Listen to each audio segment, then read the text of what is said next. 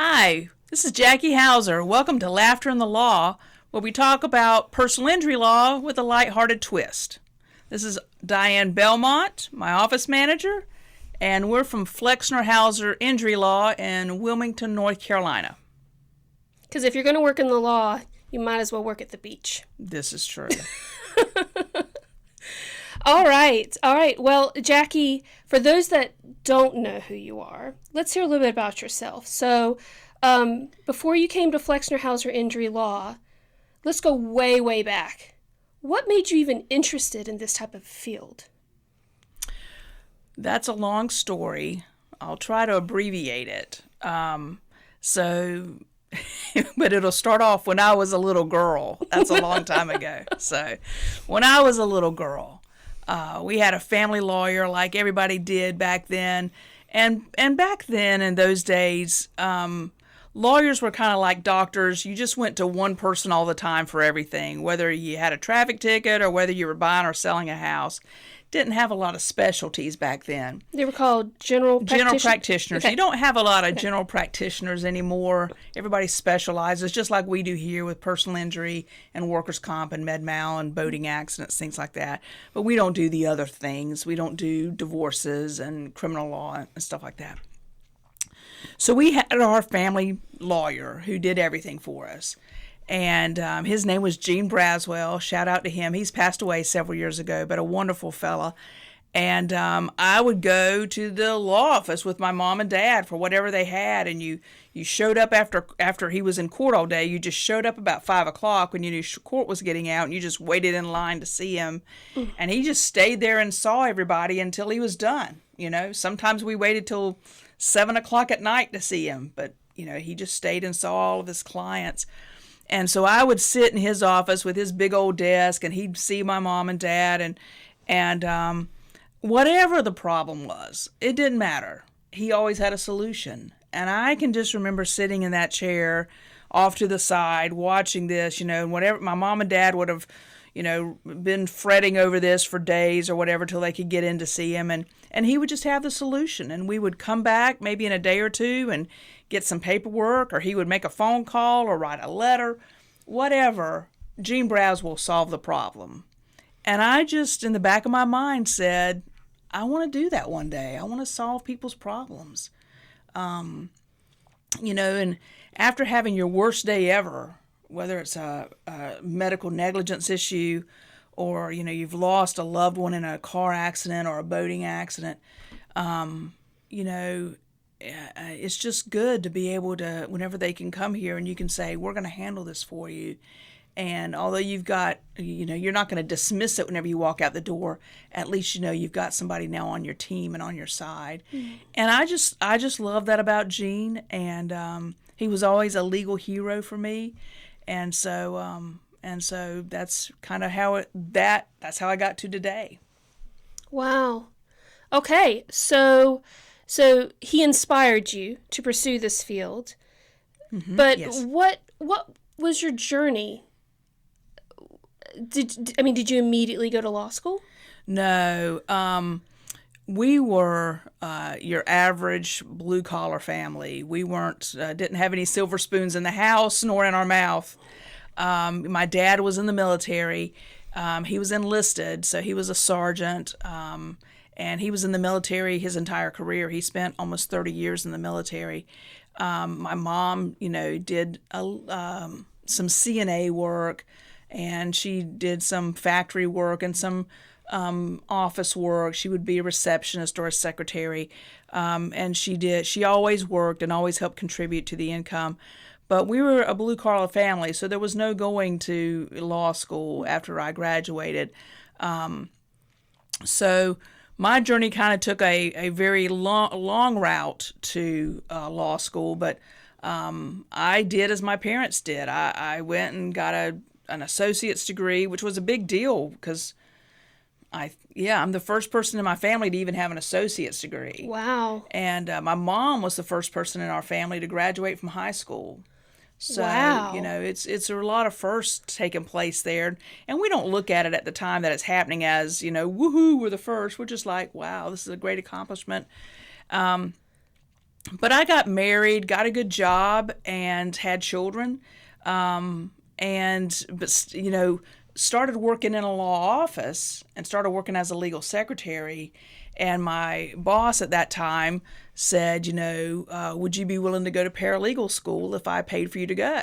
And I was like, sign me up. I'm going. So I did. Did it at night. This was long before there were online classes and distance learning. And no. You drove to class. You showed up. You spent the 2 hours there. You put in your time, and then you drove back home. Correct me if I'm wrong. This is also before the internet.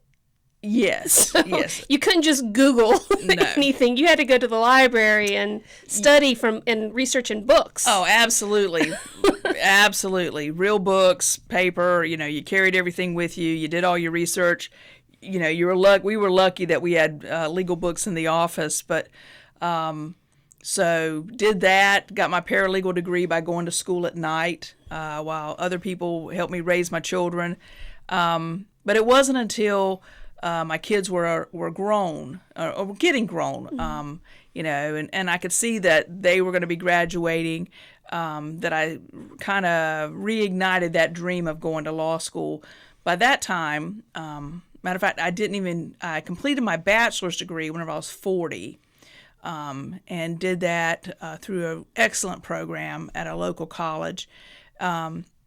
Still had to show up for my classes, so still internet classes were just coming on the scene. It wasn't really a whole lot, but I did that, and so once I had my bachelor's degree, I knew that I could then pursue law school, and I did that a few years later. So I didn't go to law school until I was 42, turned 43 soon after we started, and graduated from law school whenever I was 46. Wow. Yeah. I mean, that's just inspiring. It just goes to show you that you're never too old to go back to school and to pursue the kind of profession that you really want. So that's pretty awesome. It is. I often tell folks, especially women, because we are caretakers and we always think of other people first. Usually that's the female DNA. But I do try to inspire people with that you are not too old to go back, even if it's one class at a time. Go back and follow whatever dream you have. That's very important. Yeah. I'm sure you also were inspiring to your classmates, because not everyone there was the same age either. You mean my law school classmates? Yeah. Yeah, I mean, I don't know if I was inspiring to them. I mean, we were all there on the same journey. There were... I'm trying to put a halo on her head. I She's know. not working with not... me. No, there's no halo. No, there were several in my class who were older than me. Wow. Men and women who were older than me, who had done the same thing I had done. They just had put it off and just said, this is what I want to do, and daggone it, I've put it off long enough, and I'm going to do it.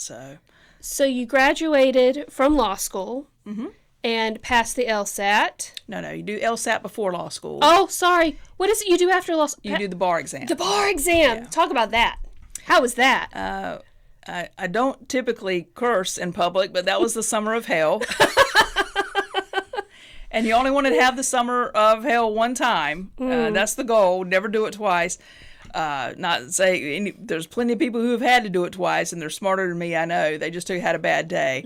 But so yeah, you after you graduate. Typically, most folks graduate in the spring, and then they do their bar exam at the end of the summer, around the end of July, is the traditional time of year to do it. So yes, I took it at the end of July.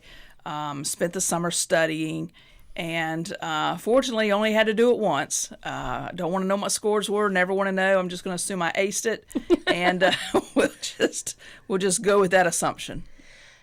And so you graduate from law school. You pass your bar exam. Correct me if I'm wrong, but you were already working as a lawyer in a law firm while you were preparing to pass your bar exam, correct? Right. Most law students want to have some type of job offer before they even start studying for the bar, because you don't have time during that summer to look for a job. And so the firm that I'd worked at as a paralegal, where we did insurance defense, so it was still personal injury, but we were defending insurance companies. And whenever people had been injured and they sued their insureds. And so I had done that for close to 20 years. As a paralegal? As a paralegal. Okay. Right. And so, and had done med mal defense as well, and gone to trial with, I was usually second chair before they let two attorneys go. They would just let the attorney take me, and I would serve as, their support system there. And so I had done that for 20 years after I'd gotten my paralegal degree, before I went to law school. And so the same firm offered me a job whenever I got out of law school and said, well, come back and work for us. They had put all their blood, sweat, and tears into my career anyway. So they're thinking, well, we know you're well trained. Yeah. And so. But that's also got to feel really great to know that they wanted you back. Right. And I did have, I didn't just put all my eggs in that basket. I did interview at other places. I had a couple of offers. But it was, at that time I went to school out of state, and I really had hoped that I could stay out of state. I didn't want to come back to the hometown and live in the same place and do the same things. But, we make plans and God laughs. And so I came back home. I came to work at the same firm and had a good run there, a great experience. So how do you go from defending the insurance companies to now being on the other side as a personal injury lawyer? What made you switch sides? Right. It just became kind of a moral dilemma for me.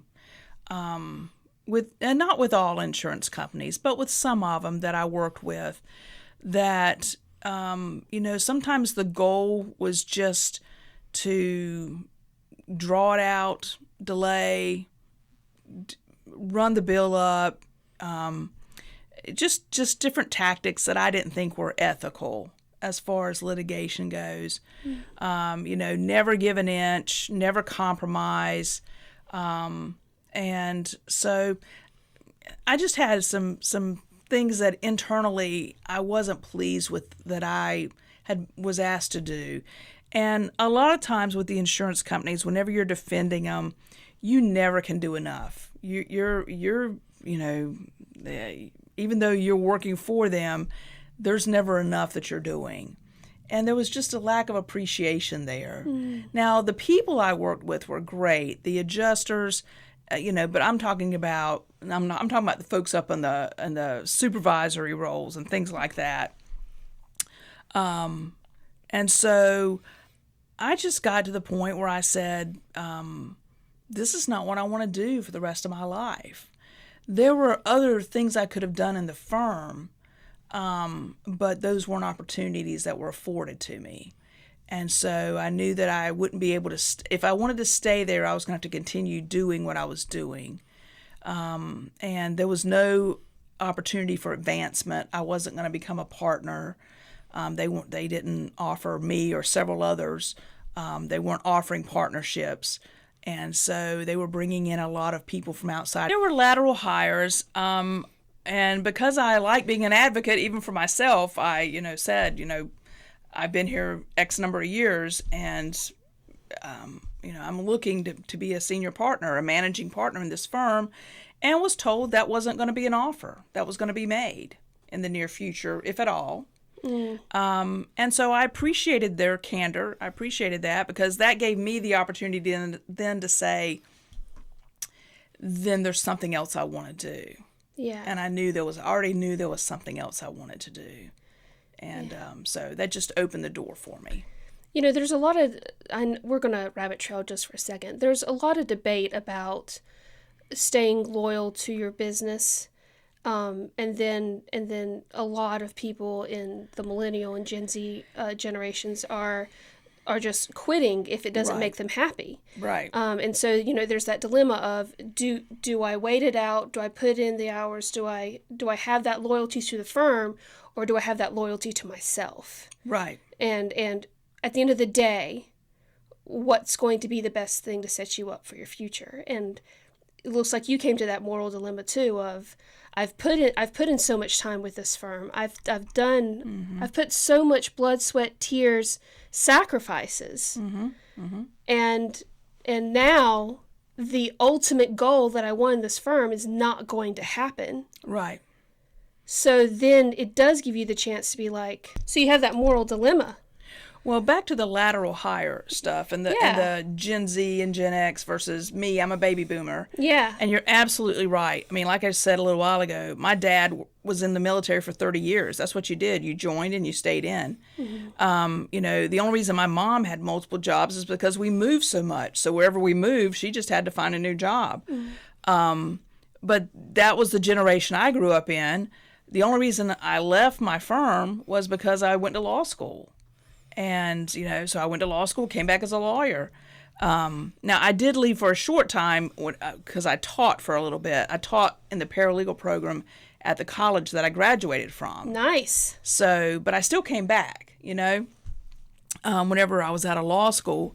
And so, you know, that was a dilemma because, you know, part of my generation is you have some type of loyalty to your employer. And I was giving my employer 100% and, you know, expected, you know, to also be, what's a good word for that? To be noticed for that. To be, you know, to have the award of that. You've given to your employer and you expect to be awarded for that. Yeah. And you know, that's just the natural progression in a law firm. And that clearly shows this is not scripted because I can't even think of the word I'm thinking of. But anyway, that was, you know, my mindset is I would have been happy to stay there, but, you know, with some changes, but that just didn't happen.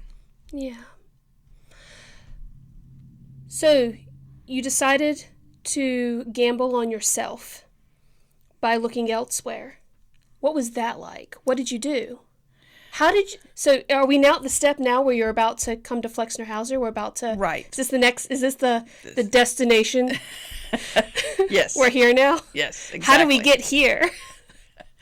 Well, whenever I realized and I was told flat out that I would not be offered a senior partnership, a managing partner, that it was highly unlikely that was going to happen, I was like, well, I guess I'm going to have to make it happen somewhere. And I did, you know, think about all the options from A to Z, the logical ones to the illogical ones.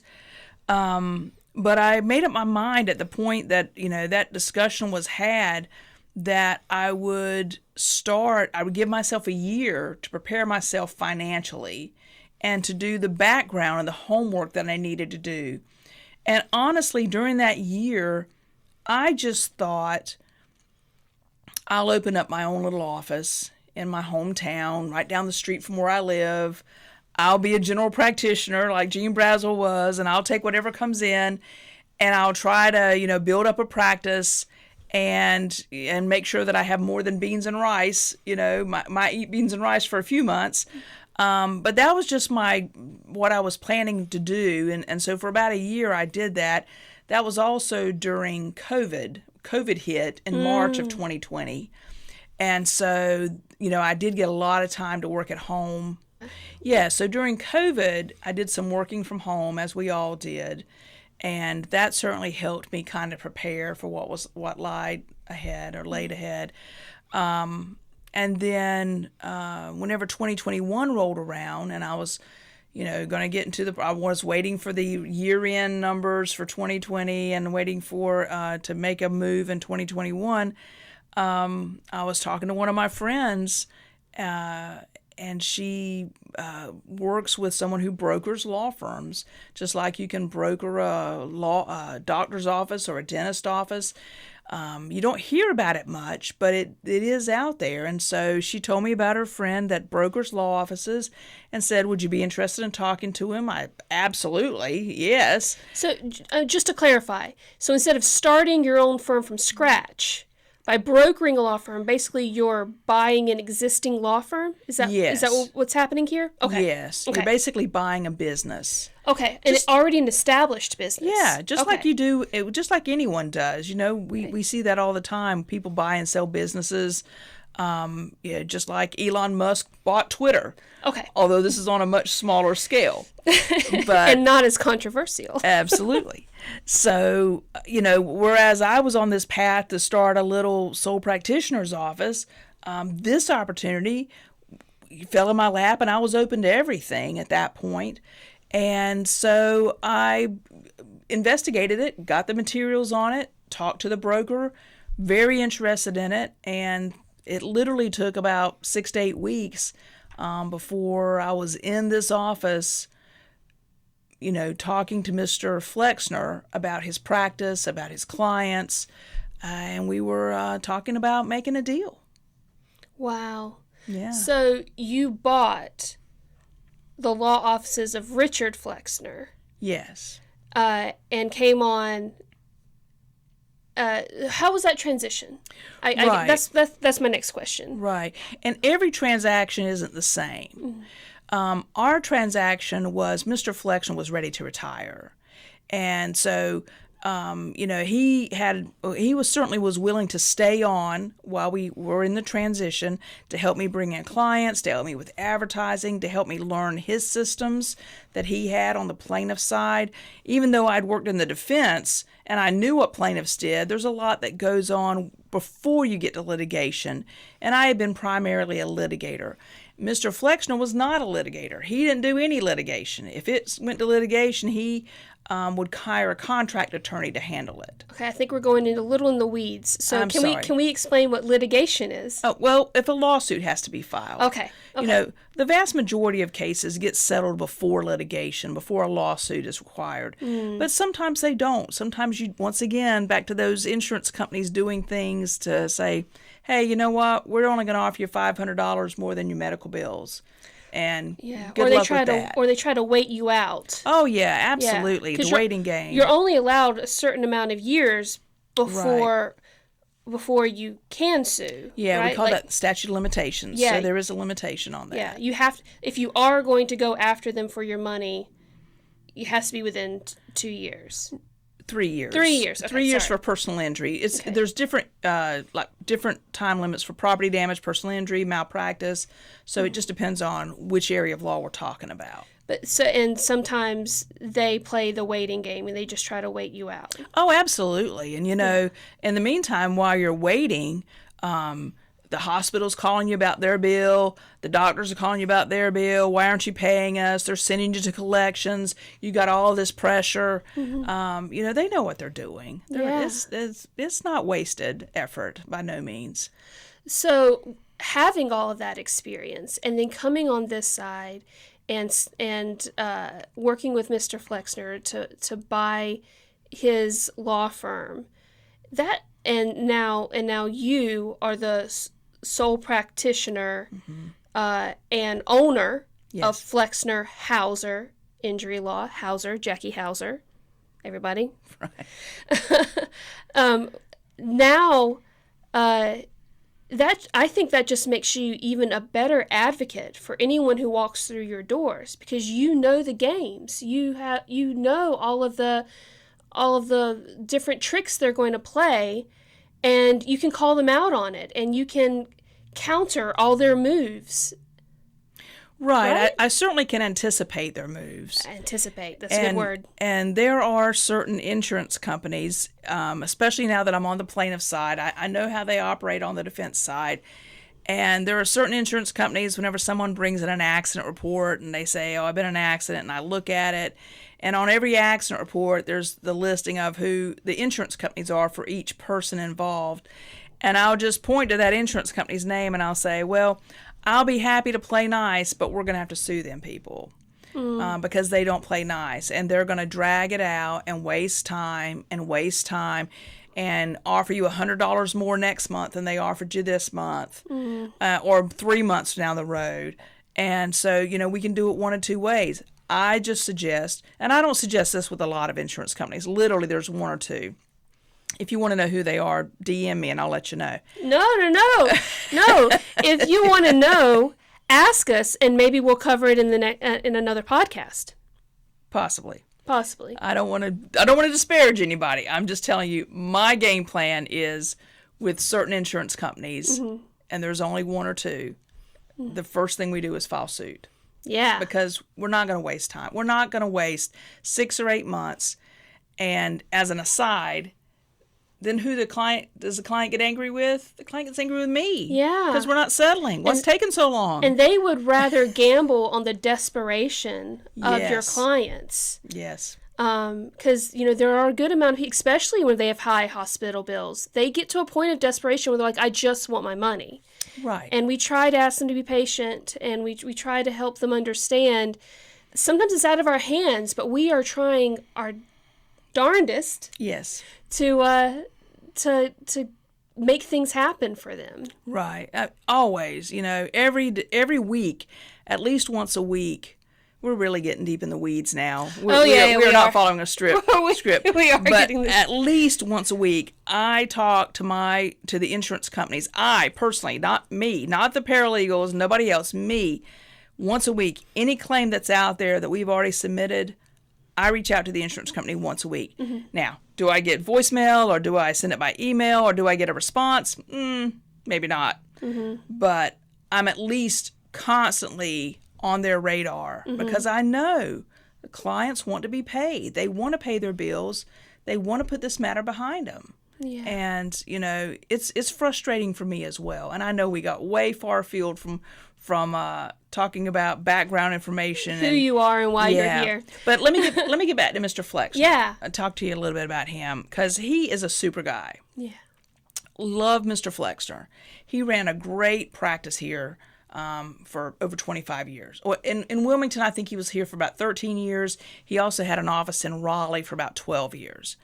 And he ran a great practice, had a great method, great reputation. People still come in and ask for Mr. Flexner. And I have to tell them he's not here, but I hope I can help you. And 99.9% of the time they let me do that. He still sends people to me. People still call him, and they happen to have his cell phone or something like that. And he'll call me and say, Jackie, I've had a client that we represented 10 years ago. Call me, and will you please take care of this case?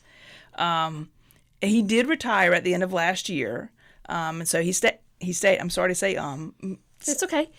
He did retire at the end of last year, and he still comes by and visits and pops in with us. He's enjoying retirement immensely, but his reputation is so important, and we still model our firm after the services provided by him, that it was important we kept his name. And it was an honor to keep his name, that he let me keep his name in our firm, because I appreciate the customer service and the excellent reputation that he had in this legal community and with his clients.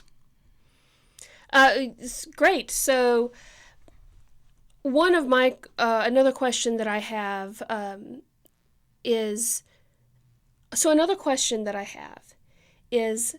along this journey from little girl to now owner of your very own law firm, what kind of mentors did you have?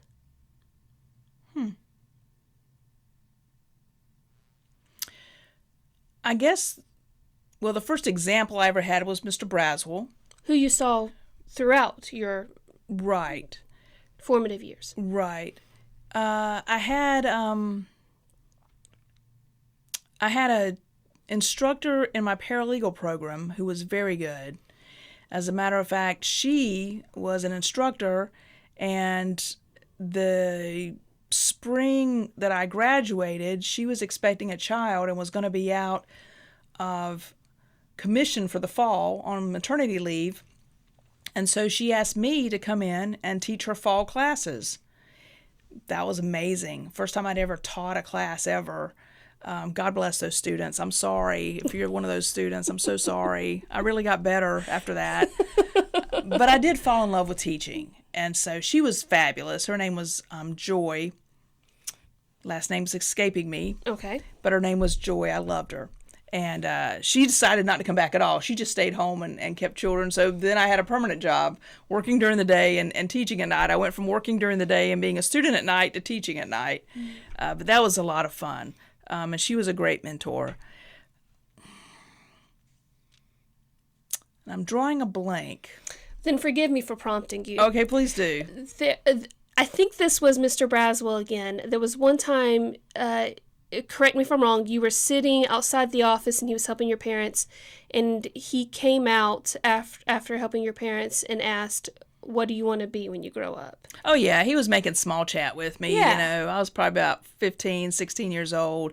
He was just making chit chat with me and just, yeah, Jackie, what do you want to do when you grow up? And I was like, I think I want to be a legal secretary, or I think I want to work in a law office. I think I said something like that. I want to work in a law office, or I want to be a legal secretary, because God forbid that I actually said out loud that I wanted to be a lawyer. I mean, first of all, there weren't women lawyers.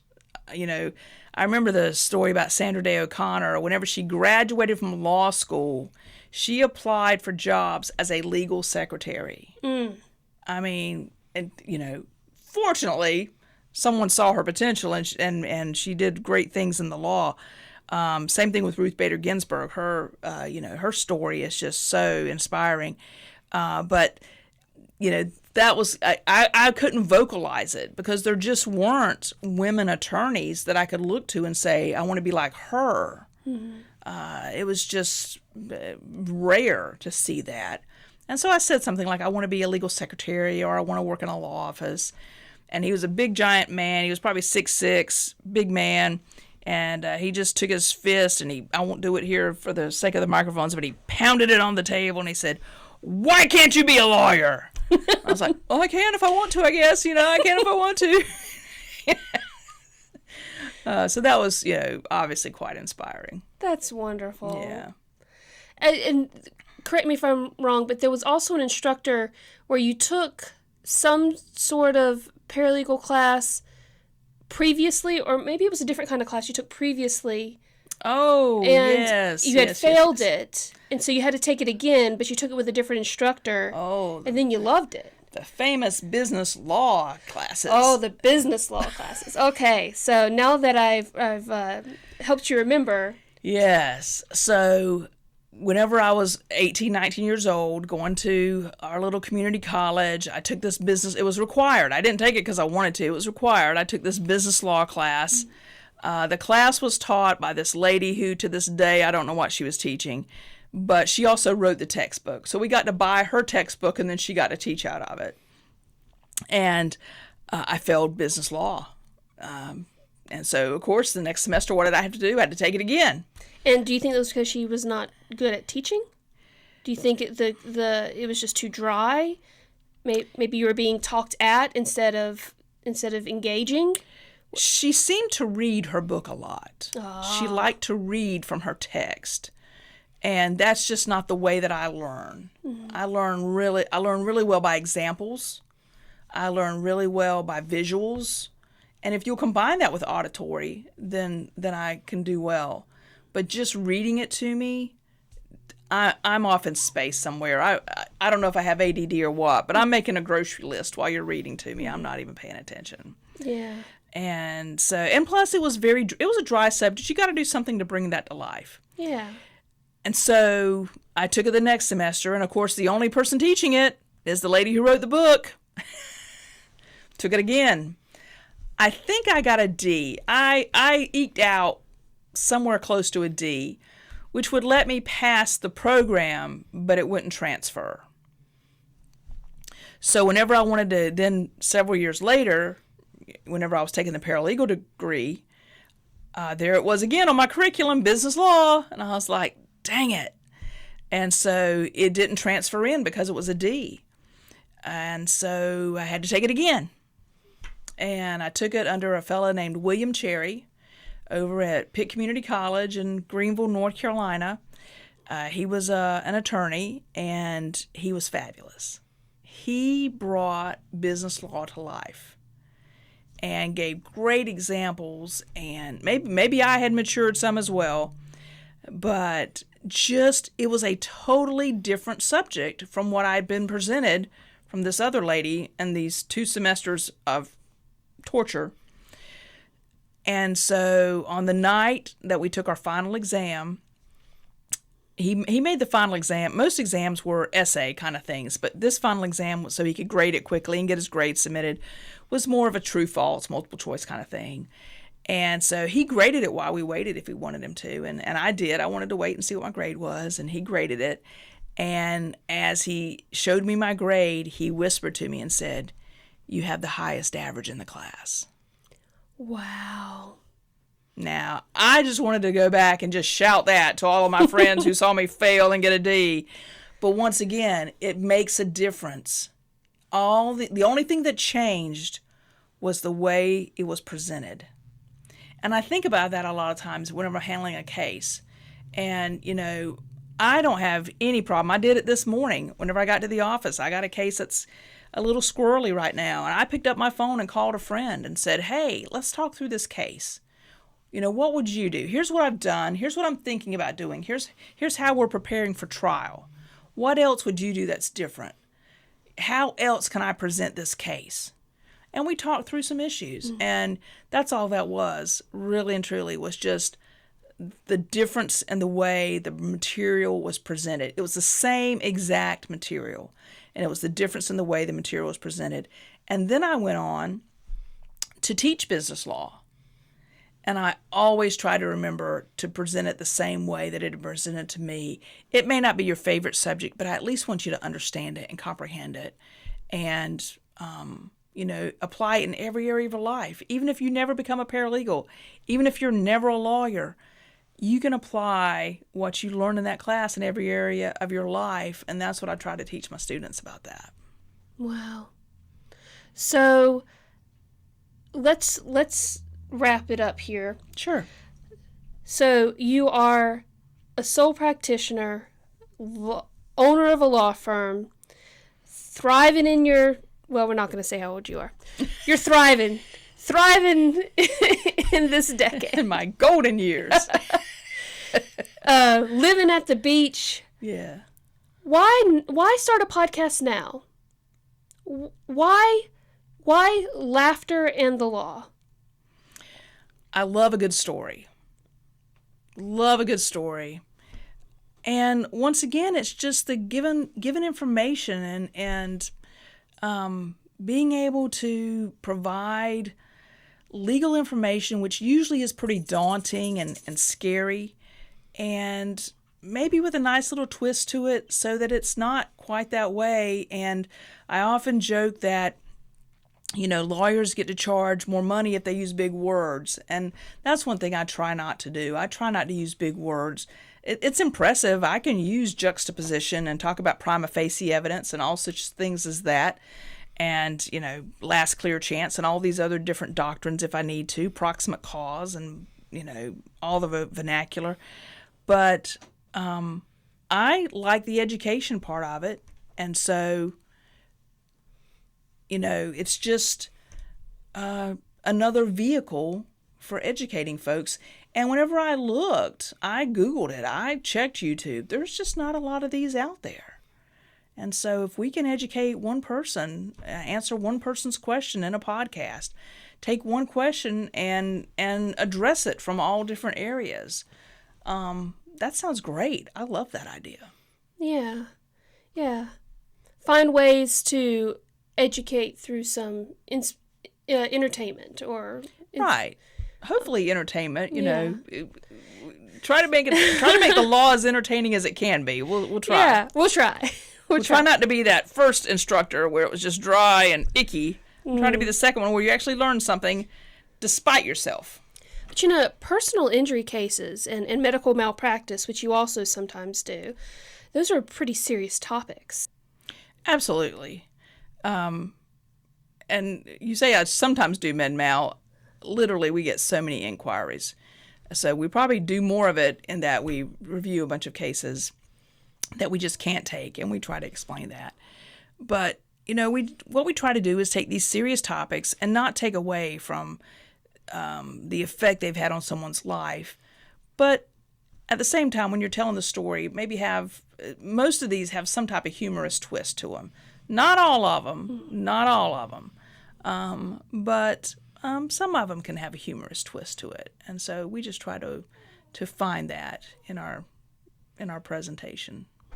Jackie, thank you so much for letting me come on and talk with you today and help you be able to introduce yourself to hopefully our growing audience. We'll see.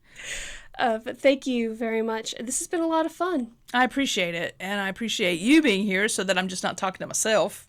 That would be really hard to do.